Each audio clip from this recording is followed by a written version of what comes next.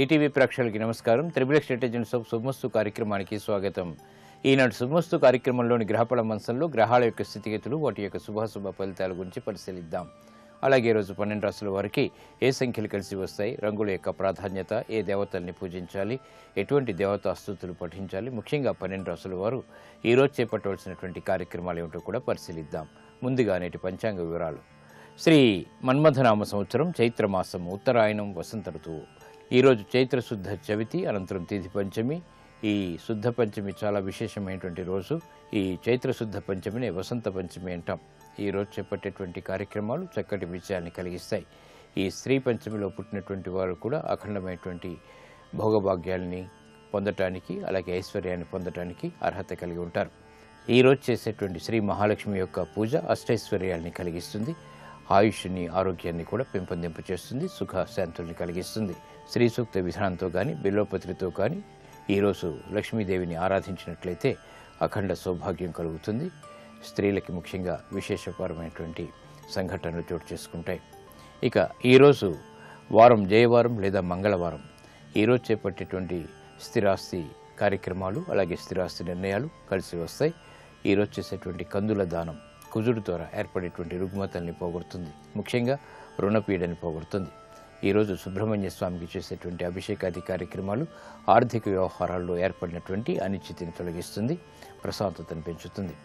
ఇక ఈరోజు నక్షత్రం కృత్తికా నక్షత్రం. ఈ కృత్తికా నక్షత్రంలో ఈరోజు పుట్టేటువంటి వారికి ఏ పాదంలో పుట్టినప్పటికీ కూడా సామాన్య దోషం, సామాన్య శాంతి తప్పనిసరి. అలాగే ఈ కృత్తికా నక్షత్రంలో పుట్టేటువంటి వారికి రవి యొక్క మహాదశతోటి ప్రారంభమవుతుంది. ప్రస్తుతం రవి యొక్క స్థితి మీనక్షేత్ర స్థితి, కేతువు యొక్క యుతి ఉంది కాబట్టి ఈ దోష నివృత్తికి ఏకాదశి పూర్వక రుద్రాభిషేకం సహకరిస్తుంది. ఇక ఈరోజు 12 రాశుల వారికి ఏర్పడేటువంటి శుభాశుభ ఫలితాలు పరిశీలిద్దాం. ముందుగా మేషరాశి. ఈరోజు మేషరాశి వారిని పరిశీలించినట్టయితే ఆనందకర సంఘటన గృహంలో చోటు చేసుకుంటే ఆశించినటువంటి ఆర్థిక విజయాలు దగ్గరవుతాయి. వృత్తి, వ్యాపార, ఉద్యోగ సంహిత కార్యక్రమాల్లో శ్రమ అధికంగా ఉన్నప్పటికీ చేపట్టేటువంటి కార్యక్రమాలు ప్రోత్సాహాన్ని కలిగిస్తాయి. గృహ విషయాల్లో మెరుగైనటువంటి మార్పులు చోటు చేసుకుంటే ఆరోగ్య విషయంలో కూడా మంచి మార్పులు చేకూరుతాయి. నూతన కార్యక్రమాల విషయంలో ఏర్పడినటువంటి ప్రతికూల పరిస్థితుల్ని దూరం చేసుకోగలుగుతారు, సడలించుకోగలుగుతారు. కార్యక్రమ నిర్వహణలో నైపుణ్యం పెరుగుతుంది. ఆకస్మిక అనుకూల మార్పులు అన్ని రంగాల వారికి విస్మయాన్ని కలిగిస్తాయి, ఆనందాన్ని కలిగిస్తాయి. ఈ రోజు మీ అదృష్ట సంఖ్య 9. ఎరుపు వర్ణం ధైర్యాన్ని కలిగిస్తుంది, ప్రతికూల పరిస్థితులను దూరం చేస్తుంది. అనుకూల దైవం లక్ష్మీ నరసింహస్వామి. ఈ రోజు ఈ రాశి వారు లక్ష్మీ నరసింహస్వామిని దర్శించి భక్తి శ్రద్ధలతో పూజాది కార్యక్రమాలు నిర్వహించడం ద్వారా అష్టమ శని ద్వారా ఏర్పడేటువంటి అతి ప్రతికూలత దూరం అవుతుంది, వ్యయం తగ్గుతుంది, ఆదాయం పెరుగుతుంది. ఈ సాయంత్రం ఈ రాశి వారు లక్ష్మీ నరసింహస్వామిని తెల్లటి పుష్పాలతో పూజించడం ద్వారా అభివృద్ధికి చేపట్టేటువంటి కార్యక్రమాలు కలిసి వస్తాయి. మానసిక సంతృప్తి పెంపొందింప చేసుకోగలుగుతారు. ఆర్థిక ప్రయత్నాలు ఈరోజు మీకు లాభిస్తాయి. ఈ రోజు వృషభ రాశి వారిని పరిశీలించినట్టయితే లాభదాయకమైనటువంటి కార్యక్రమ నిర్వహణ కొనసాగించగలుగుతారు, వినోదాల్లో పాల్గొంటారు. చేపట్టేటువంటి కార్యక్రమాల్లో అవకతవకలు ఉన్నప్పటికీ సర్దుకుపోగలుగుతారు. వ్యాపార నిర్వహణకే చేపట్టేటువంటి కార్యక్రమాల్లో ఆర్థిక సహాయ సహకారాలు లభిస్తాయి. పిల్లల విషయంలో జాగ్రత్తలు పాటించాలి. నూతన కార్యక్రమాలు గృహరీత్యా చేపట్టగలుగుతారు. ఈ రోజు మీ అదృష్ట సంఖ్య 2. ఎరుపు వర్ణం ధైర్యాన్ని కలిగిస్తుంది, ప్రతికూల పరిస్థితులను దూరం చేస్తుంది. అనుకూల దైవం మహాగణపతి. ఈ రోజు ఈ రాశి వారు మహాగణపతిని దర్శించి భక్తి శ్రద్ధలతో పూజాది కార్యక్రమాలు నిర్వహించడం ద్వారా బృహస్పతి ద్వారా ఏర్పడేటువంటి అతి ప్రతికూలత తగ్గుతుంది. ఆర్థిక వ్యవహారాలు కలిసి వస్తాయి. ఈ సాయంత్రం ఈ రాశి వారు మహాగణపతిని ఎర్రటి పుష్పాలతో పూజించడం ద్వారా వృత్తి, వ్యాపార, ఉద్యోగ సంబంధిత కార్యక్రమాల్లో విఘ్నాలు దూరం అవుతాయి. ఆరోగ్య పరీక్షలు ఈ రోజు మీకు మేలును కలిగిస్తాయి. ఈ రోజు మిథున రాశి వారిని పరిశీలించినట్టయితే స్త్రీలు శుభవార్తలు వింటారు. శోభతో కూడినటువంటి కార్యక్రమ నిర్వహణ తద్వారా విజయాలు సాధించగలుగుతారు. వ్యాపార రంగం వారికి బాగా కలిసి వస్తుంది, ఆదాయాన్ని పెంపొందింప చేసుకోగలుగుతారు, వ్యయం తగ్గుతుంది. వృత్తి, వ్యాపార, ఉద్యోగ సంబంధిత కార్యక్రమాల్లో మంచి వార్తలు ఆనందాన్ని కలిగిస్తాయి. సాహసోపేతమైన నిర్ణయాలకు ఉపక్రమించగలుగుతారు. కార్యాచరణలో నైపుణ్యం పెరుగుతుంది, విద్యాబలం చేకూరుతుంది. ఈ రోజు మీ అదృష్ట సంఖ్య 3. పసుపు వర్ణం త్వరితగతిని శుభాల్ని కలిగిస్తుంది, శుభవార్తలు తెచ్చిపెడుతుంది. అనుకూల దైవం దక్షిణామూర్తి. ఈ రోజు ఈ రాశి వారు దక్షిణామూర్తి స్వామిని దర్శించి భక్తి శ్రద్ధలతో పూజాది కార్యక్రమాలు నిర్వహించడం ద్వారా ఆలోచన సంపత్తి పెరుగుతుంది. ఈ సాయంత్రం ఈ రాశి వారు దక్షిణామూర్తిని పసుపు పుష్పాలతో పూజించడం ద్వారా వృత్తి, వ్యాపార, ఉద్యోగ సంబంధిత కార్యక్రమాల్లో వివేకవంతమైన నిర్ణయాలు, తద్వారా విజయాలు దగ్గరవుతాయి. విద్యా ప్రయత్నాలు ఈరోజు మీకు లాభిస్తాయి. ఈరోజు కర్కాటక రాశి వారిని పరిశీలించినట్టయితే ఆరోగ్య ప్రతికూలత కొనసాగుతుంది. ఆర్థిక వ్యవహారాల్లో వేగవంతమైన నిర్ణయాలు పొందలేకపోతారు. కార్యక్రమ నిర్వహణలో ఆచితూచి నిర్ణయాలు తీసుకోవాలి. బాధ్యతలు బాగా పెరుగుతాయి, ఒత్తిళ్లు కూడా బాగా పెరుగుతాయి. నూతన సంబంధ బాంధవ్యాల విషయంలో జాగ్రత్తలు వహించాలి. విద్యాపరమైనటువంటి చిక్కుల నుంచి బయటికి రావడానికి చేసేటువంటి ప్రయత్నాలు ఊరట కలిగిస్తాయి. గృహ విషయాలు సానుకూలం. ఈ రోజు మీ అదృష్ట సంఖ్య 5. ఆకుపచ్చ వర్ణం రక్షణకి దోహదపడుతుంది. ప్రతికూల పరిస్థితులను దూరం చేస్తుంది. అనుకూల దైవం శ్రీ మహావిష్ణువు. ఈ రోజు ఈ రాశి వారు శ్రీ మహావిష్ణువుని దర్శించి భక్తి శ్రద్ధలతో పూజాది కార్యక్రమాలు నిర్వహించడం ద్వారా గందరగోళ పరిస్థితులు మటుమాయమవుతాయి. ఈ సాయంత్రం ఈ రాశివారు విష్ణు సహస్రనామాన్ని పఠించడం ద్వారా ఉత్తమ విజయాలు సాధించగలుగుతారు. గ్రహ పీడ తొలగుతుంది. స్థిరాస్తి నిర్ణయాలు ఈరోజు మీకు లాభిస్తాయి. ఈరోజు సింహరాశి వారిని పరిశీలించినట్టయితే మానసిక వ్యాకులతలు ఉన్నప్పటికీ నెట్టుకు రాగలుగుతారు. ప్రయాణాల విషయంలో జాగ్రత్తలు పాటించాలి. రాజకీయ వ్యవహారాల్లో చుక్కెదురు పరిస్థితులు తారసపడతాయి. వృత్తి, వ్యాపార, ఉద్యోగ సంబంధిత కార్యక్రమాల్లో దూకుడు నిర్ణయాలు పనికిరావు. ఆర్థిక సంబంధ బాంధవ్యాల విషయంలో కూడా జాగ్రత్తలు వహించాలి. నూతన కార్యక్రమాలను గృహరీత్యా ప్రారంభించగలుగుతారు. వ్యాపార నిమిత్తమే చేపట్టేటువంటి కార్యక్రమాల్లో ఆటంకాలతో కూడినటువంటి విజయాలు సిద్ధిస్తాయి. ఈ రోజు మీ అదృష్ట సంఖ్య 2. తెలుపు వర్ణం ప్రశాంతతను పెంచుతుంది. ప్రతికూల పరిస్థితులను దూరం చేస్తుంది. అనుకూల దైవం మహాగణపతి. ఈ రోజు ఈ రాశివారు మహాగణపతిని దర్శించి భక్తి శ్రద్ధలతో పూజాది కార్యక్రమాలు నిర్వహించడం ద్వారా సంకట పరిస్థితులు దూరం అవుతాయి. ఈ సాయంత్రం ఈ రాశివారు గణపతి అష్టోత్తర పఠనాన్ని పఠించడం ద్వారా ఆర్థిక వ్యవహారాల్లో వేగవంతమైన అనుకూల మార్పులు చేకూరుతాయి. ఆనందాన్ని కలిగిస్తాయి. రుణ ప్రయత్నాలు ఈరోజు మీకు లాభిస్తాయి. ఈరోజు కన్యారాశి వారిని పరిశీలించినట్టయితే ప్రయాణాల విషయంలో జాగ్రత్తలు వహించాలి. స్థిరాస్తి విషయాల్లో చిరు సమస్యలు తలెత్తుతాయి. సంభాషణల ద్వారా ఏర్పడినటువంటి విభేదాలు ప్రబలమవుతాయి. వృత్తి, వ్యాపార, ఉద్యోగ సంబంధిత కార్యక్రమాల్లో ఆదాయ మార్గాలు సులభతరమవుతాయి. ఉద్యోగ ప్రయత్నాలు ఫలిస్తాయి. బాధ్యతతో కూడినటువంటి కార్యక్రమ నిర్వహణ కొనసాగించగలుగుతారు. శ్రమ అధికంగా ఉంటుంది. నూతన ప్రయోగాల ద్వారా ఆశించినటువంటి ప్రయోజనాలు కూడా దగ్గరవుతాయి. ఈ రోజు మీ అదృష్ట సంఖ్య 3. పసుపు వర్ణం త్వరితగతిని శుభాన్ని కలిగిస్తుంది. శుభవార్తలను దగ్గర చేస్తుంది. అనుకూల దైవం ఈశ్వరుడు. ఈ రోజు ఈ రాశివారు శివాలయాన్ని దర్శించి ఈశ్వరుడికి అభిషేకాది కార్యక్రమాలు నిర్వహించడం ద్వారా అష్టమ కుజుడు ద్వారా ఏర్పడేటువంటి ప్రమాదాలను దూరం చేసుకోగలుగుతారు. ఈ సాయంత్రం ఈ రాశివారు బిల్వపత్రితో కూడినటువంటి పూజలు ఈశ్వరునికి భక్తి శ్రద్ధలతో సమర్పించడం ద్వారా ఆర్థిక అభివృద్ధి వేగవంతమవుతుంది. విదేశీ ఒప్పందాలు, సంభాషణలు ఈరోజు మీకు లాభిస్తాయి. ఈ రోజు తులారాశి వారిని పరిశీలించినట్టయితే శత్రువులపై విజయాలు సాధించగలుగుతారు. రాజకీయ పరమైనటువంటి వ్యవహారాల్లో విజయాలు సిద్ధిస్తాయి. నూతన కార్యక్రమాలకు శ్రీకారం చుట్టగలుగుతారు. వ్యయం అధికంగా ఉంటుంది. ఉక్కిరి బిక్కిరి చేసే సంఘటనలు ఉన్నప్పటికీ నెట్టుకు రాగలుగుతారు. వ్యాపార ప్రయోజనాలకి చేపట్టేటువంటి కార్యక్రమాలు కలిసి వస్తాయి. నూతన సంబంధ బాంధవ్యాలు మెరుగవుతాయి. ఆశించినటువంటి ప్రయోజనాలు గృహరీత్యా కూడా పొందగలుగుతారు. ప్రాధాన్యత పెరుగుతుంది. ఈ రోజు మీ అదృష్ట సంఖ్య 3. పసుపు వర్ణం త్వరితగతిని శుభాన్ని కలిగిస్తుంది. శుభవార్తను తెచ్చిపెడుతుంది. అనుకూల దైవం ఆంజనేయ స్వామి. ఈ రోజు ఈ రాశివారు ఆంజనేయ స్వామిని దర్శించి భక్తి శ్రద్ధలతో పూజాది కార్యక్రమాలు నిర్వహించడం ద్వారా ఆర్థిక వ్యవహారాల్లో ఏర్పడినటువంటి అవకతవకలు దూరమవుతాయి. ఆర్థిక అభివృద్ధి గోచరిస్తుంది.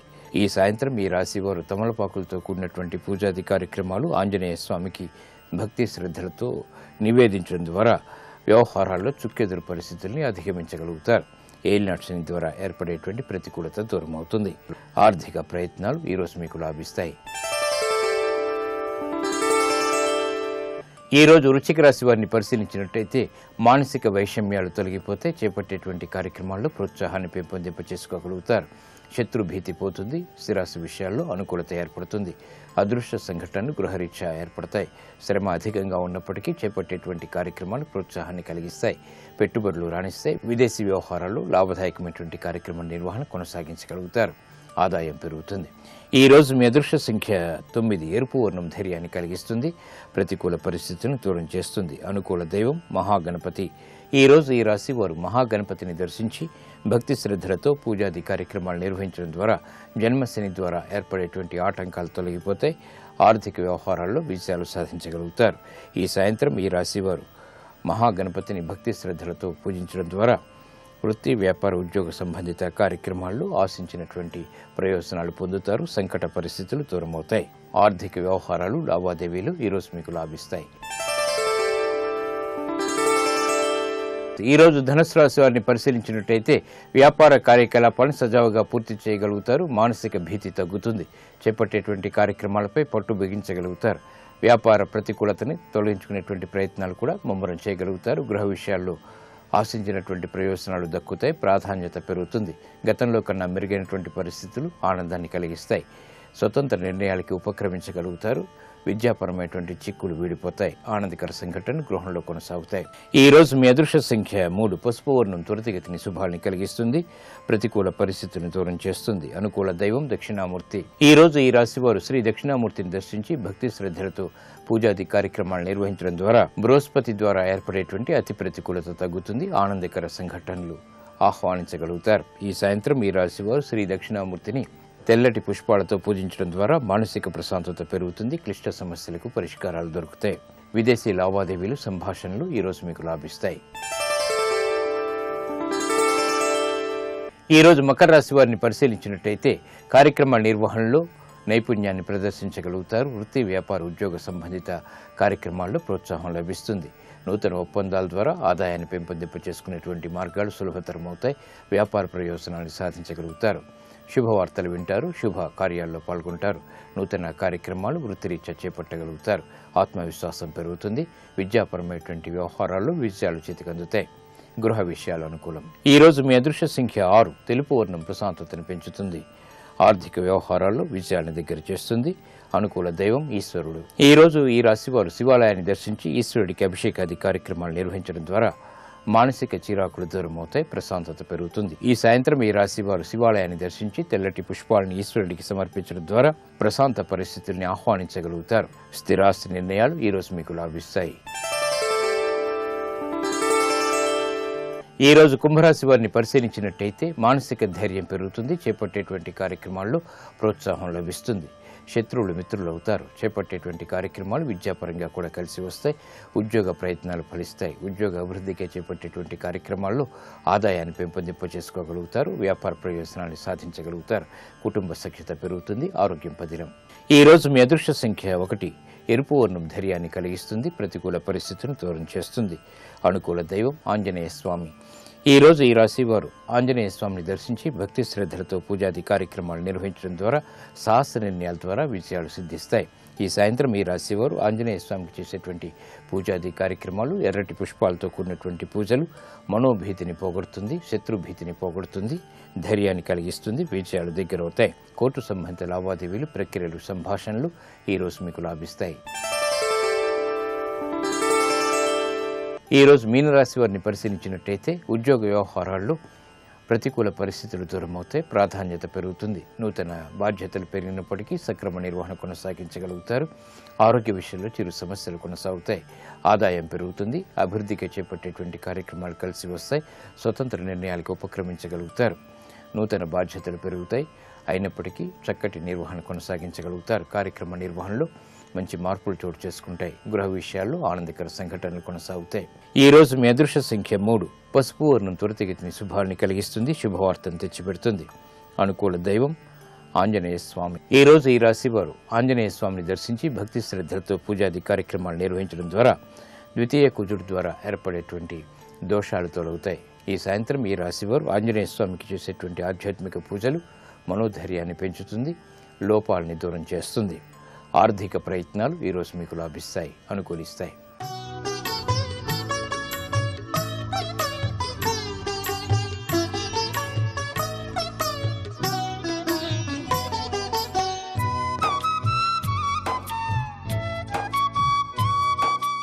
రామకృష్ణ పరమహంస అంటారు, ఒక నెమలి ఉండేది.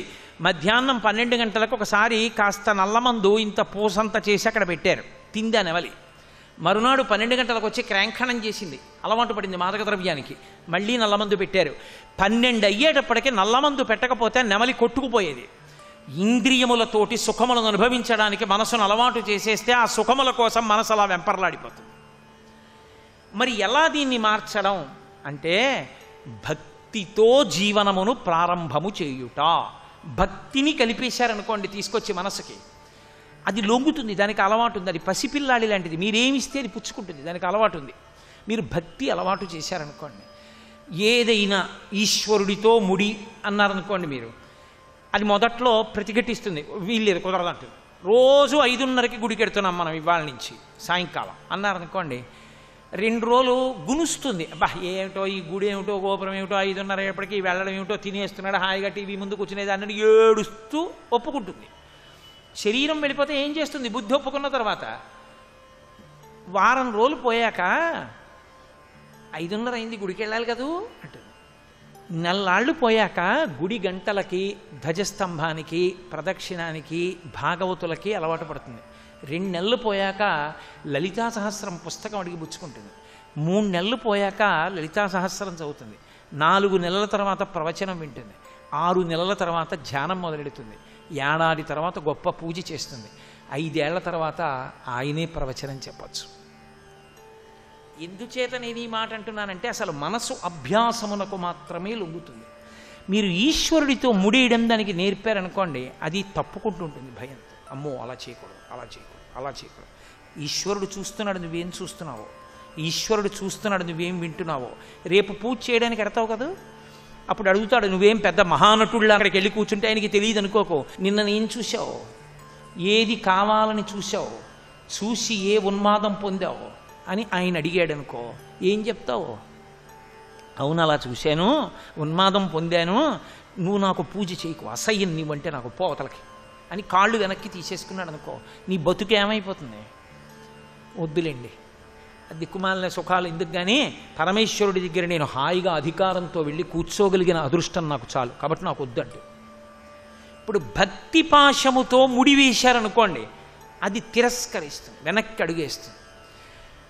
అందుకే శంకరాచార్యులు వారు శివానంద లహరి చేస్తూ మాట అంటారు, ఇదే ఇంద్రియములు వెనక్కి తిరిగిపోతే ఏమైపోతుందో తెలుసా? మనస్సు కానీ పవిత్రం అయిపోయింది అనుకోండి, ఆనందాశ్రుభిరాతనోతి పులకం నైర్మల్యతశ్చాదనం వాచాశంఖముఖైస్థితైశ్చ జఠరా పూర్తిం చరిత్రామృతైః రుద్రాక్షైర్భసితేన దేవ వపుషో రక్షాం భవద్భావనా పర్యంకే వినివేశ్య భక్తి జననీం భక్తార్భకం రక్షతి అంటారు. శంకరులకు చెల్లింది చెప్పడం. ఆనందాశ్రుభిరాతనోతి పులకం అలవాటు పడిపోయింది. ఇప్పుడు ఎవరో ఒక ఆవిడ కనబడ్డారు, ఆవిడ కూర్చుని మాట్లాడుకుంటున్నారు, అలా చూస్తూ ఉంటాడు ఆవిడ వంక. ఏమన్నా అలా చూస్తున్నారు ఏమన్నా అనుకోరా? చూపుది కాదు దోషం, మనస్సుది దోషం. నీ మనస్సుని నిగ్రహించగలిగితే అది పాపము కాదు, విషయసుఖము కాదు, అభ్యున్నతి హేతు. అప్పుడేమైంది మనసు? ఆనందాశ్రుభిరాతనోతి పులకం, ఆనందాశ్రువులు కన్నుల వెంట పడిపోతాయి. ఒకడు భజన వింటున్నాడు, వింటూ వింటూ కళ్ళంబట నీళ్లు కారిపోయాయి. అబ్బా ఏమి పరమాత్మ అండి అని. అందరూ వెంకటాచలం పెడతారు, బా తోసేశారండి, 2 నిమిషాలు ఉండలేదండి, 3 నిమిషాలు ఉండనివ్వలేదండి అంటారు. ఒక ఆయన బయటికి వచ్చి కూర్చుని ఏడుస్తున్నాడు, నిన్ను తోసేశారా అన్నారు. నన్ను తోసేశారని ఏడవట్లేదండి, అయ్యో పొట్టి వాళ్ళు వస్తారు, పొడుగు వాళ్ళు వస్తారు, ఎక్కడెక్కడి నుంచో వస్తారు, నేను చూడకపోతే వాళ్ళని నేను చూడలేదేమో అనుకుండిపోతారేమోనని ఎన్ని సంవత్సరాల నుంచి కాలు కదపకుండా చిన్న పద్మపీఠం మీద అలా నిలబడిపోయాడో, అలా నిలబడి నిలబడి నిలబడి కాళ్ళు ఎంత నిప్పెడుతున్నాయో. ఎవ్వరూ వెళ్ళి కాళ్ళు పట్టరేమిటండి, ఒక్కసారి అనుమతిస్తే స్వామి కాళ్ళు పడదామనుంది, నిలబడి నిలబడి నిలబడి నా తండ్రి కాళ్ళు నిప్పెట్టట్లేదా అని ఏడిచాడు ఆయన. నిజంగా పరమేశ్వరుణ్ణి చూసి పొంగిపోగలిగిన హృదయం ఉన్నవాడికి ఆ మనస్సు వేరు. కాబట్టి ఆనందాశ్రుభిరాతనోతి పులకం, ఆనందాశ్రువులు కారే. భక్తి కలిగిన వాడికి పూజ చేస్తుంటే అబ్బా నా తండ్రి పాదయోః పాద్యం సమర్పయామి అని నీ పాదముల మీద నీళ్లు పోసినప్పుడు ఆ తెల్లని పాదముల మించి నీటి బిందువులు ఇలా పక్కకి కారితే క్షమాయింపు ఉండిపోతే, నా ఉత్తరీయం ఇలా తీసి తుడుద్దామంటే జరీ గరుకు, పాదమా మెత్తన, చేతులు పెడదామా తడిపోదు. ఏం చెయ్యాలి అర్థం కాక ఒత్తులు చేసుకోవడానికి పెట్టుకున్న పత్తి తీసి పత్తితో పాదములను తుడిచి, అబ్బా ఎంత మెత్తటి పాదములయ్యా, ఎంతమంది కోసం ఎంత కష్టపడ్డాయి అని పాదయోః పాద్యం సమర్పయామి అని కన్నుల వెంట నీరు కార్చిన వాడొకడు ఉన్నాడు. రామాయణం అందరూ వింటారు. పరాశర భట్టర్లు అన్నారు, ఇంకా ఏ అవతారమైనా స్వీకరించు కానీ సీతమ్మగా మాత్రం రాక. దిక్కుమాలిన రావణుడు మమ్మల్ని పాడు చేస్తే చేశాడు, నీ కష్టాలు నేను చదవలేను, ఇంకెప్పుడు రావద్దు నువ్వు సీతమ్మగా అన్నారు. అది హృదయం అంటే. ఆనందాశ్రుభిరాతనోతి పులకం, ఆనందాశ్రువులు కారి పులకాంకురములొచ్చి నైర్మల్యతశ్చాదనం, ఎప్పుడు మనసు నిర్మలంగా ఉంటుంది. భగవంతుడి గురించి ఆలోచించడంలో, భగవంతుని గుణానుసంధానమును పొందడంలో మనసు నైర్మల్యమును పొందుతుంది. ఊరికే ఉద్వేగం ఉండదు. నైర్మల్యమనబడేటటువంటి వస్త్రమును కప్పుతుంది భక్తి అన్న తల్లి. నైర్మల్యతశ్చాదనం రుద్రాక్షైర్భసితేన దేవ వపుషో రక్షాం. వపుషో అంటే శరీరం. అమ్మట పసిపిల్లవాడిని పడుకోబెట్టి వాడికి ఎక్కడ దిష్టి తగులుతుందో అని వెంట్రుకలు తీసుకొచ్చి పేని వాడి కాలుకు కడుతుంది. ఎందుకంత తెల్లటి పిల్లాడికి కాలుకు వెంట్రుకలు అంటే వాడికి ఎక్కడ దిష్టి తగులుతుందో అని. ఇంత పెద్ద బొట్టెట్టేస్తుంది. అదేమిటమ్మా అంత బొట్టు పిల్లాడికి అంటే, వాడు తెల్లగా ఉన్నాడు స్ఫటికంలాగా, దృష్టి తగులుతుంది, అందరినీ వికారంగా చేసేసానంటే. అమ్మ మనసు అంటే ఎలా ఉంటుందో తెలుసా అండి? పులిస్తరాకుల్లా వృద్ధిలోకి రారా అంటే, పులిస్తరాకులు అంటే తిరిపారేసిన విస్తరాకులు. అదేమిటండి అదేం పోలిక అన్నారనుకోండి, ఇంకో మంచి పోలిక పెడితే నా కనురాపే తగులుతుందేమో, అందుకని పులిస్తరాకులతో పోల్చానంటే పుల్లయా అని పేరు పెడుతుంది. వాడు వృద్ధిలోకి రావాలి. కాబట్టి నైర్మల్యతశ్చాదనం, అమ్మ వెంట్రుకలు కట్టినట్టు మనస్సుకి భక్తి పట్టుకుంటేట భక్తి అన్న తల్లి రుద్రాక్షై, మెడలో రుద్రాక్షమాల వేస్తుంది. నాకు ఇతరమైన అలంకారములొద్దు, నాకు ఆ రుద్రాక్షమాల కావాలంటాడు. రుద్రాక్షైర్భసితేన, చక్కగా విభూతి పుండ్రములను పెట్టుకుంటాడు. భసితేన దేవవపుషో రక్షాం, తల్లి ఎలా శరీరమునకు రక్ష పెడుతుందో అలా రుద్రాక్షలతో విభూతితో శరీరమునకు భక్తి అన్న తల్లి రక్ష పెడుతుంది. అంటే భక్తిని పొంది ఉన్నాడు కాబట్టి. రుద్రాక్షైర్భసితేన దేవవపుషో రక్షాం భవద్భావనా పర్యంకే వినివేశ్య భక్తి జననీం భక్తార్భకం రక్షతి. భక్తుడు అర్భకుడై ఉంటే వాణ్ణి, పసిపిల్లవాణ్ణి ఊయల అమ్మ ఎలా ఊపుతుందో అలా భవద్భావనా పర్యంకే, పర్యంకం అంటే ఊయల, ఎప్పుడు భగవంతుడికి సంబంధించిన తలపులు తలపులు తలపులు అనేటటువంటి ఊయలలో ఊగుతూ ఉంటాట. ఎప్పుడు భక్తుడు పడుకుంటాడు, ఏవో పరమేశ్వరుడు గురించి తలుచుకుంటాడు, ఆ పోతన గారి పద్యాలు తలుచుకుంటాడు. అబ్బబ్బబ్బా ఏమి పరమేశ్వరుడు అండి, ఏమి పరమేశ్వరుడు అండి.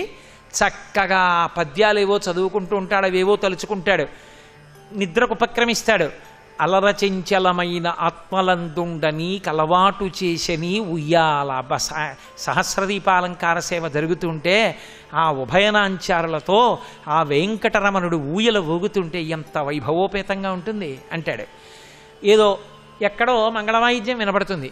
శ్రీశైలంలో చిత్రం చూశావు, గంగా పార్వతి సహిత మల్లికార్జునుడు అని కూర్చోపెట్టి స్వామికి కళ్యాణం చేస్తుంటే ఆ కళ్యాణ మంటపం, ఆ కళ్యాణం నిజంగా ఎంత గొప్పగా ఉంటుంది అక్కడ ఆ మంగళవాయిద్యం అంటాడు. ఎక్కడో హారతి గంట వినపడింది, సోమనాథులో మంగళహారతి ఎంత బాగుంటుందో 1 గంటకి ఇస్తారు అంటాడు. అంటే భవద్భావనా పర్యంకే, ఎప్పుడు ఊయల ఊగుతుంటాడు. ఏదా ఊయల? పరమేశ్వరుడికి సంబంధించిన భావనలు. ఎక్కడ ఏది చూడనివ్వండి పరమేశ్వరుడే జ్ఞాపకానికి వస్తూ ఉంటాడు. ఇప్పుడు కళ్ళు చూడటం లేదా? చూస్తున్నాయి. చూస్తే ఈశ్వరుడు గుర్తొస్తున్నాడు, పరదేవత గుర్తొస్తోంది. వింటున్నాడు, పరమేశ్వరుడు గుర్తొస్తున్నాడు. రుచి చూస్తున్నాడు, పరమేశ్వరుడు గుర్తొస్తున్నాడు. ఏం విచిత్రం అండి, పరమేశ్వరుడు ఎలా నిర్మాణం చేశాడండి అసలు ఇలాగా అంటాడు. ఓ బాదంకాయ, దాని అసాధ్యం కూడా గుత్తులు గుత్తులు గుత్తులు గుత్తులు కాసేస్తుంది. పైన గట్టిగా బాదంకాయ, పండిపోతే ఎర్రటి రంగా, దాన్ని ఉడతలు పీకితే ఇంకా అందంగా ఉంటుంది. దాని అసాధ్యం, లోపల ఎంత ఎరుపో, నెత్తుటి ఎరుపు. దాన్ని తీసుకెళ్ళి కొడితే ఆ పై పప్పరంతా పోతే ఇంత చిన్న భరిణే. ఆ భరిణిని అడ్డంగా పెట్టి కొట్టకూడదు, నిలువుగా రాయి మీద పెట్టి రాతితో కొట్టేవాళ్ళని చిన్నప్పుడు. కొడితే కొంచెం బేటిచ్చేలా కొట్టాలి. కొడితే గోళ్ళు పెట్టి ఇలా తీస్తే లోపల ముత్యం పడుకున్నట్టుగా పడుకుని ఉంటుంది బాదం పప్పు. అది పైకి తీస్తే గోధుమ రంగు పొర. ఆ పొరంతా ఇలా చేత్తో తీసేస్తే తెల్లగా మెరిసిపోతూ అందులోంచి బయటికి వస్తుంది. నోట్లో వేసుకుంటే ఎంత కమ్మతనమో. ఏమిటి ఈశ్వర, దానిపైన ఆకుపచ్చటి కాండం పెట్టి అది ఎర్రబడేట్టు చేసి లోపల ఒక గట్టి భరిణ పెట్టి భరిణకి ఒక పక్క నుంచి కొడితే అది బేటిచ్చేట్టు చేసి గోళ్ళు పెట్టి గట్టిగా విప్పితే బద్దలై విచ్చుకునేటట్టు చేసి లోపల గోధుమ రంగు పొరలో బాదం పప్పు పెట్టి పొర తీసేస్తే తెల్లటి పప్పు పెట్టి ఆ పప్పు నోట్లో వేసుకుంటే అంత రుచా, ఏమి నీ నిర్మాణ ప్రజ్ఞ అద్భుతం అన్నాడు. ఇప్పుడు ఆయనకి బాదంకాయ కనబట్టలేదు, బాదంకాయ నిర్మాణం చేసిన ఈశ్వరుడు యొక్క ప్రజ్ఞ గుర్తొచ్చింది. ఏమంటే ఏ చెట్టు అయినా వేరు కానీ బాదం చెట్టు వేరండి. ఏమిటో కానీ ఒక్కసారి పరమేశ్వరుడు సహస్ర బాహువులు చాచి నిలబడితే, కార్తవీర్యార్జునుడు నిలబడితే ఎలా ఉంటుందో అలా ఉంటుంది. నిటారుగా ఇలా వ్యాయామం చేస్తున్న వ్యక్తి చేతులు చాపినట్టు కొమ్మలన్నీ చాపి మధ్యలో స్థూలంగా ఒక్క కాండంతో నిలబడితే సహస్రబాహు అన్నట్టు 1000 చేతులతో పరమాత్మ నిలబడినట్టు లేదండి ఆ బాదం చెట్టు అంటాడు. అంటే ఏది చూడనివ్వండి, భవద్భావనా పర్యంకే వినివేశ్య భక్తి జననీం భక్తార్భకం రక్షతి. ఇప్పుడు ఆయన కళ్ళు ఏమి పాడు చేశాయి ఆయన్ని, ఇప్పుడు ఆయన చెవులు ఏం పాడు చేశాయి ఆయన్ని, ఆయన ముక్కేం పాడు చేసింది ఆయన్ని, ఏం పాడు చేయలేదు. ఆయన మనస్సు శుద్ధమై ఉన్నది. ఆ మనసు శుద్ధి అయిన కారణము చేత పంచేంద్రియముల వలన కలిగినటువంటి సమస్త దర్శనములు సుఖములు పరమాత్మకి సమర్పింపబడిన కారణము చేత అవి అభ్యున్నతి హేతువులయ్యాయి. అవి కాకపోతే విషయములై కూర్చుంటాయి, మత్తెక్కించే విషయములవుతాయి. మీరు చూడండి, పాములో విషం ఉంటుంది, పాము కరిచిందనుకోండి చచ్చిపోతారు. ఔషధం తయారు చేసేవాళ్ళు పాములో విషాన్ని తీసి ఔషధం తయారు చేస్తారు. ఏ మోతాదులో ఆ విషం లోపలికెడితే శరీరాన్ని పాడు చేసేటటువంటి వ్యాధికారకమైనటువంటి క్రిములు నశిస్తాయో తెలుసుకున్న వైద్యుడు ఆ విషాన్ని ఎక్కిస్తే మీ అభ్యున్నతికి కారకమైంది. ఇంద్రియములను మనసుతో కలిపి సుఖము కొరకు వాడుకుంటే విషయములై విషమై పాడు చేస్తాయి. పరమేశ్వరుడికి అర్పణ చేస్తే ప్రథమో దైవ్యోభిషకు అయిన పరమేశ్వరుడు వైద్యుడై ఆయన మధ్యలో నిలబడితే పరమభక్తితో ఇంద్రియములు మనసు కలిపి వాడుకున్న వాడికి అమృతమై లోపల ఉన్న భవరోగాన్ని తీసివేసి వాడు పరమేశ్వరుణ్ణి చేరుకోవడానికి మార్గములయ్యి. అది శంకరుల యొక్క ప్రతిపాదన. దొంగతనం అన్న మాటకు అర్థం ఏమిటి? ఎవడిచ్చాడో వాడి కొరకు, వాడి మర్యాద కొరకు వాడికి చెప్పి వాడుకుంటే మర్యాద, వాడికి తెలియకుండా వాడుకుంటే దొంగతనం. యజమానికి చెప్పి వాడుకున్నది అభ్యున్నతి కారకం, యజమాని కొరకు చేసినది దాస్యం.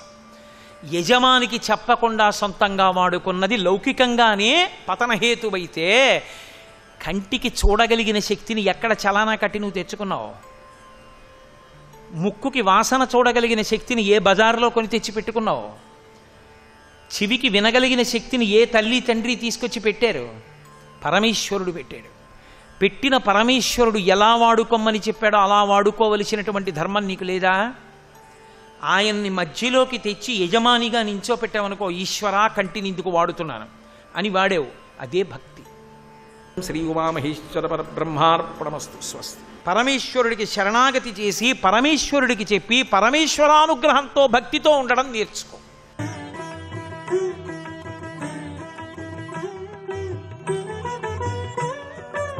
XXX డిటర్జెంట్ సోప్ శుభమస్తు కార్యక్రమంలో శుభయోగం శీర్షికకి స్వాగతం.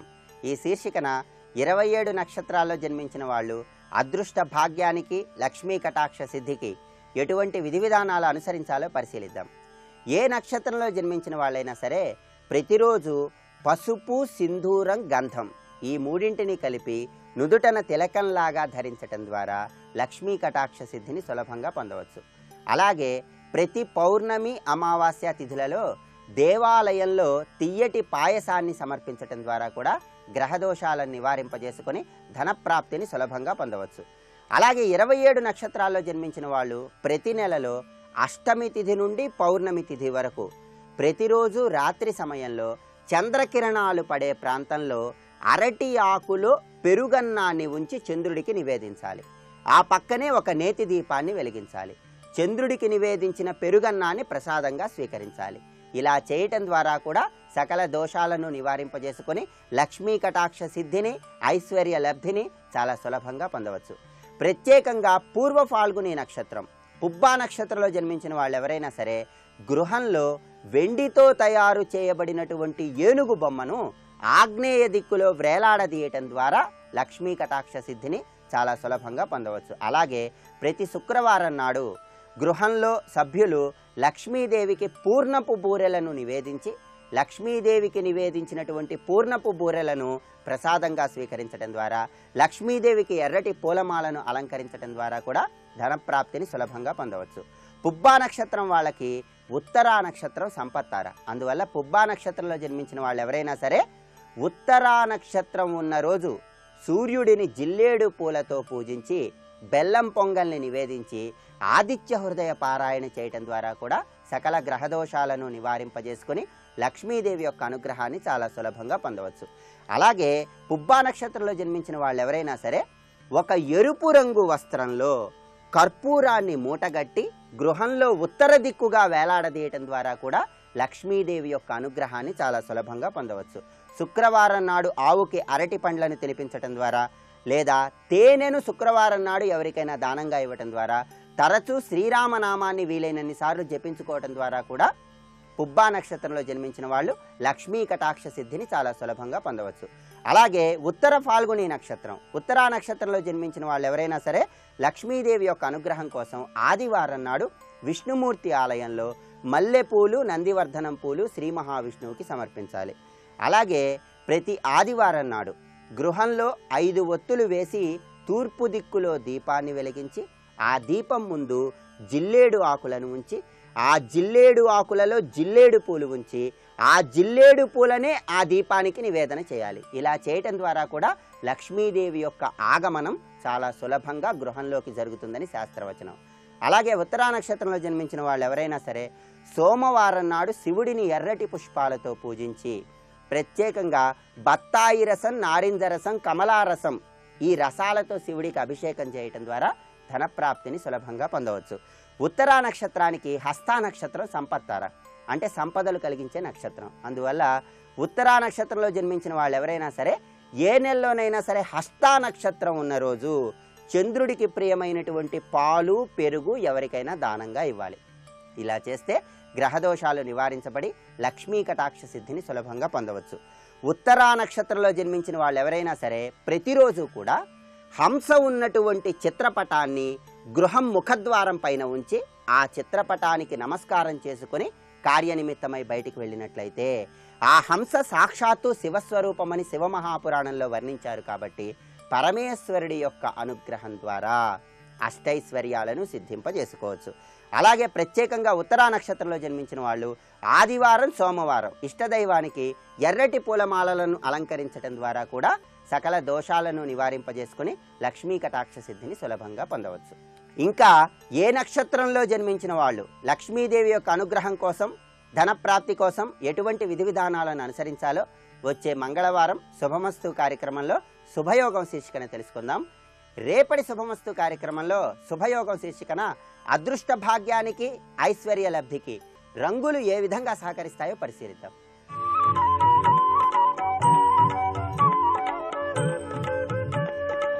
ఈటీవీ ప్రేక్షకుల నమస్కారం. ట్రిపుల్-ఎక్స్ డిటర్జెంట్ సోప్ శుభమస్తు కార్యక్రమంలో నక్షత్ర యోగానికి స్వాగతం. అదృష్టం వరించాలి అంటే నక్షత్ర అధిపతి బలం సంపూర్ణంగా ఉండాలి. అది లేనప్పుడు ఆరాధ్య దైవం తెలుసుకొని ఆ నక్షత్రాధిపతిని పూజించటం, ఏ వారంలో పూజ చేస్తే ఉత్తమ ఫలితాలు వస్తాయో తెలుసుకుంటే సగ దోషాలు మనకు పోతాయి, సగం దోషాలు తొలగిపోతాయి, శుభ ఫలితాలు వశమవుతాయి. ఈ క్రమంలో పూర్వభద్ర నక్షత్రం 4వ పాదంలో జన్మించిన వారికి అదృష్ట సిద్ధి సహజంగా 4వ పాదంలో జన్మించడం ద్వారా ఏర్పడుతుంది.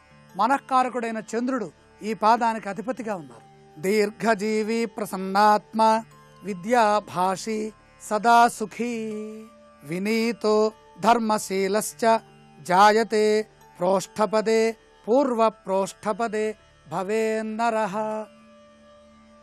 పూర్వభద్ర నక్షత్రం 4వ పాదంలో జన్మించడం వల్ల గౌరవము, వినయము, విద్యాభాషి, విద్య గురించి మాట్లాడటం, ప్రసన్నాత్మ దీర్ఘజీవి ప్రసన్నమైనటువంటి మనస్సు 4వ పాదం అవటం వల్ల మానసిక సంపద పరిపూర్ణంగా ఉంటుంది.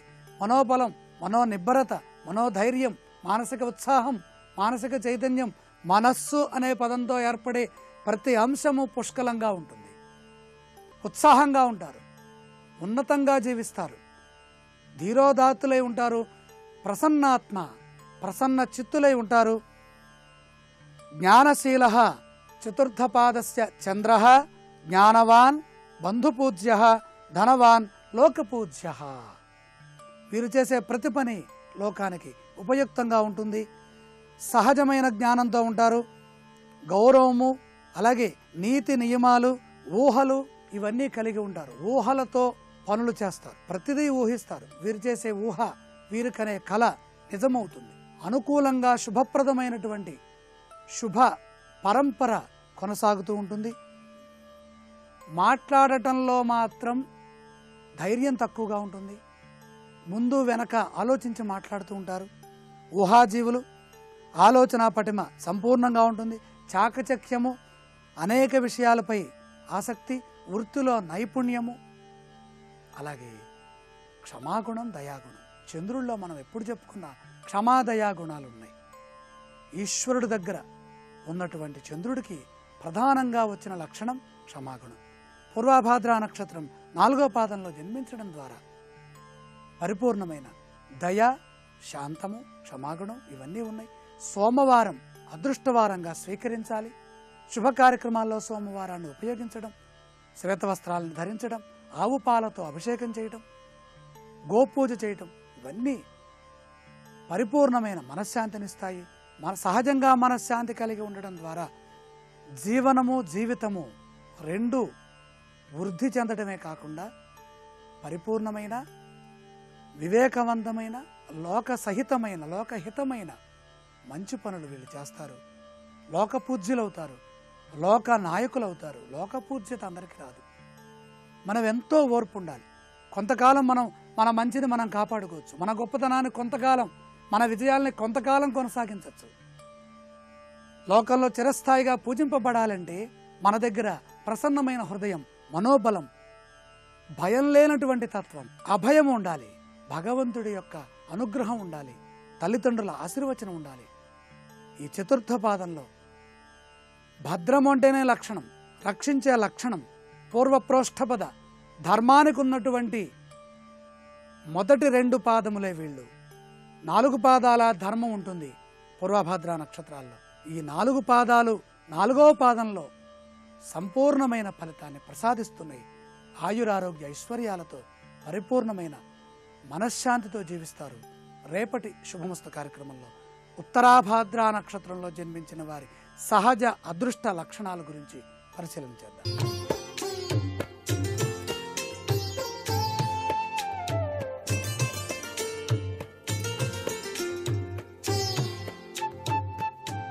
XXX డిటర్జెంట్ సోప్ శుభమస్తు కార్యక్రమంలో గృహబలం అంశానికి స్వాగతం.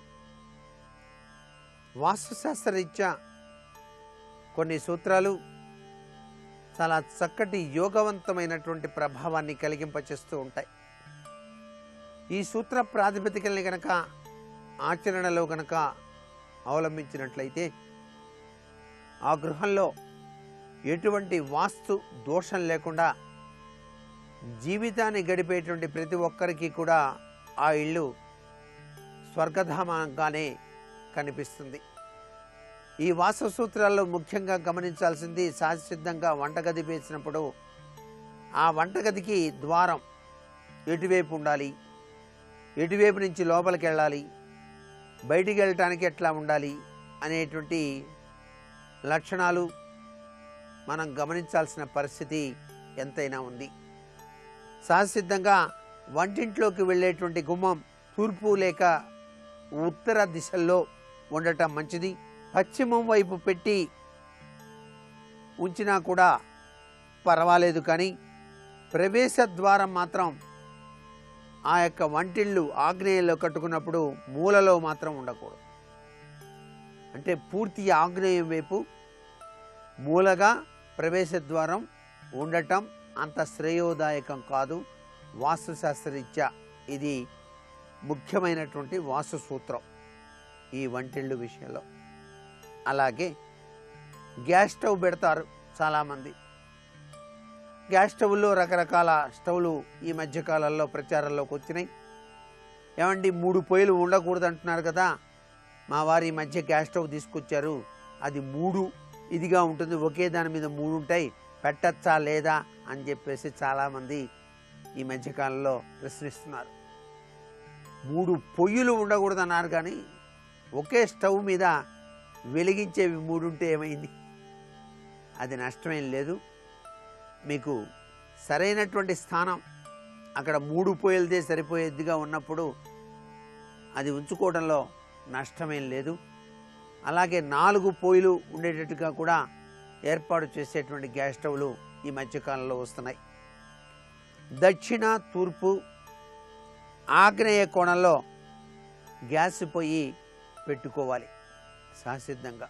అలాగే గ్యాస్ పొయ్యి గోడకి కనీసం 3 అంగుళాల దూరంలో పెట్టాలి.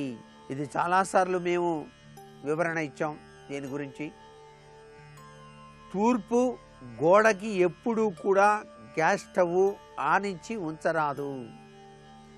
కనీసం 3 అంగుళాల దూరంలో ఆ గ్యాస్ స్టవ్ను మీరు అమర్చుకొని మీరు వంట చేసేటప్పుడు తూర్పు తిరిగి వంట చేసేటువంటి విధి విధానం సర్వే సర్వత్రా కూడా శుభదాయకవంతమైనటువంటి ప్రభావాన్ని కలిగింపచేస్తుంది సుమా. అలాగే గ్యాస్ స్టవ్ ముఖద్వారానికి ఎప్పుడూ కూడా ఎదురుగా ఉండకూడదు. ముఖద్వారానికి ఎదురుగా గ్యాస్ స్టవ్ కనిపించకూడదండి, తప్పు. గుమ్మల్లో నుంచి బయటికి కనిపిస్తూ ఉండకూడదు అనేటువంటిది ఇక్కడ మనం గుర్తుపెట్టుకోవాల్సిన విషయం. తూర్పు వైపు చూస్తూ గృహిణి వంట చేయాలి. పశ్చిమ దిశను చూస్తూ కనుక వంట చేస్తే ఆమెకు కించిత్తు అనారోగ్యం సమస్యలు ఎదురవుతాయి అనేటువంటి విషయాన్ని కూడా గుర్తుపెట్టుకోవాలి. గృహిణి దక్షిణ దిశ చూస్తూ వంట చేస్తే కుటుంబంలోని యొక్క వ్యక్తుల యొక్క ఆర్థిక పరిస్థితి ఇబ్బందులకు లోనవుతుంది. ఎప్పుడు కూడా దక్షిణం చూస్తూ కుటుంబంలో ఉన్నటువంటి ఇంటి ఇల్లాలు వంట చేయకూడదు సుమా అనేటువంటి విషయాన్ని ఇక్కడ బాగా గుర్తుపెట్టుకోవాలి. గ్యాస్ స్టవ్పై ఏ విధమైన అలమరలు కూడా పెట్టకూడదు. గ్యాస్ స్టవ్ ఇక్కడ పెట్టామండి, దానిపైన అరమర పెట్టామండి, అరమరలో సామాన్ అంతా ఉంచుతామండి, మేము అలా తీసి వాడుకుంటూ ఉంటామండి అంటే కుదరదు. గ్యాస్ స్టవ్ పైన ఎటువంటి అరమరలు కూడా ఉండకూడదు. అంటే సామాన్లు పెట్టుకునేటువంటి అలమరలు. కావాలంటే కిటికీ ఉండొచ్చు గ్యాస్ స్టవ్ పైన ఆ యొక్క తూర్పు వైపు.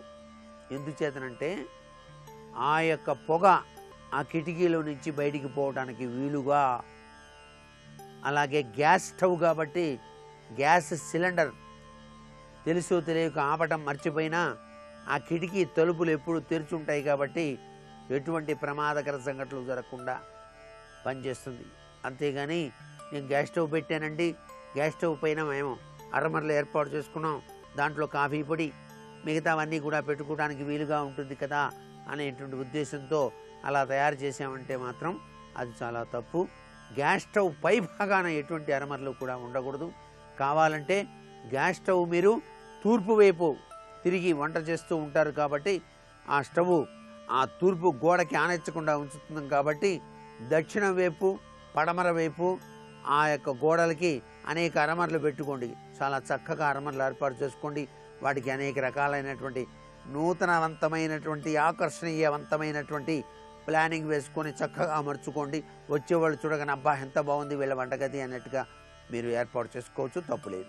ఇక చాలామంది కిచెన్లోనే డైనింగ్ టేబుల్ ఏర్పాటు చేసుకుంటామండి, అలా ఏదైనా ఏర్పాటు ఉంటే బాగుంటుందా అని చెప్పేసి కూడా ఆలోచన చేస్తూ ఉంటారు. వంటింట్లోనే భోజనం చేయడంలో తప్పులేదు, కానీ ఆ వంటిళ్ళు సరిపోవాలి. సహసిద్ధంగా ప్రతి వాళ్ళు కూడా వంటిళ్ళు చాలా చిన్నవే కట్టుకుంటున్నారు. ప్రదేశం కలిసి రావాలి అనేటువంటి ఉద్దేశంతో, బెడ్రూమ్ చాలా విశాలంగా ఉండాలి కదా అనేటువంటి ఉద్దేశంతో, నైరుతి మూల బెడ్రూమ్ ఉంటుంది కదా, మరీ చిన్నదైతే ఏం బాగుంటుంది అనేటువంటి ఉద్దేశంతో చిన్న చిన్న వంటగదులే నిర్మాణం చేస్తున్నారు. ఇటువంటి పరిస్థితుల్లో మీరు డైనింగ్ టేబుల్ కూడా వంటగదిలో ఏర్పాటు చేస్తే ఎట్లా చెప్పండి? డైనింగ్ టేబుల్కి ప్రత్యేకంగా హాల్లో ఏర్పాటు చేసుకోవటం ఉత్తమోత్తమం. అలా చేస్తే గృహిణి భోజన పదార్థాలని మరొక గది లేక హాల్లోకి తీసుకువెళ్ళి వడ్డించాల్సిన శ్రమ తప్పుతుంది కదా అని చెప్పేసి కూడా భావించవచ్చు. వంటింట్లోనే డైనింగ్ టేబుల్ పెడితే ప్రాబ్లం ఉండదు కదా, హాయిగా వంట చేసి వెంటనే వడ్డించడానికి వీలుగా ఉంటుంది కదండి అని చెప్పేసి ఆలోచన చేస్తుంటారు. వంటింట్లో భోజనం చేస్తే శని రాహుగ్రహాల ప్రతికూల ప్రభావాలు అణగిపోతాయి సుమా అని చెప్పేసి కూడా శాస్త్రంలో ఉంది. డైనింగ్ టేబుల్ వంటింటికి మధ్యగా పెట్టుకొని వేసుకోవాలి. మీరు డైనింగ్ టేబుల్ ఒక చోట, వంటిల్లో ఒక చోట కాకుండా డైనింగ్ టేబుల్కి దగ్గరలో, వంటగదికి దగ్గరగా డైనింగ్ టేబుల్ ఏర్పాటు చేసుకోండి. వంటగదిలో నుంచి బయటికి రాగానే డైనింగ్ టేబుల్ కనిపించాలి. చాలా చక్కగా అందరూ కూర్చుంటారు. ఆమె ఆ వంటింట్లో నుంచి వచ్చి ఇదిగోండి వడ్డిస్తున్నానని చెప్పేసి వడ్డించినప్పుడు హాయిగా ఆనందంగా మీరంతా కూడా భోజనం చేయవచ్చు.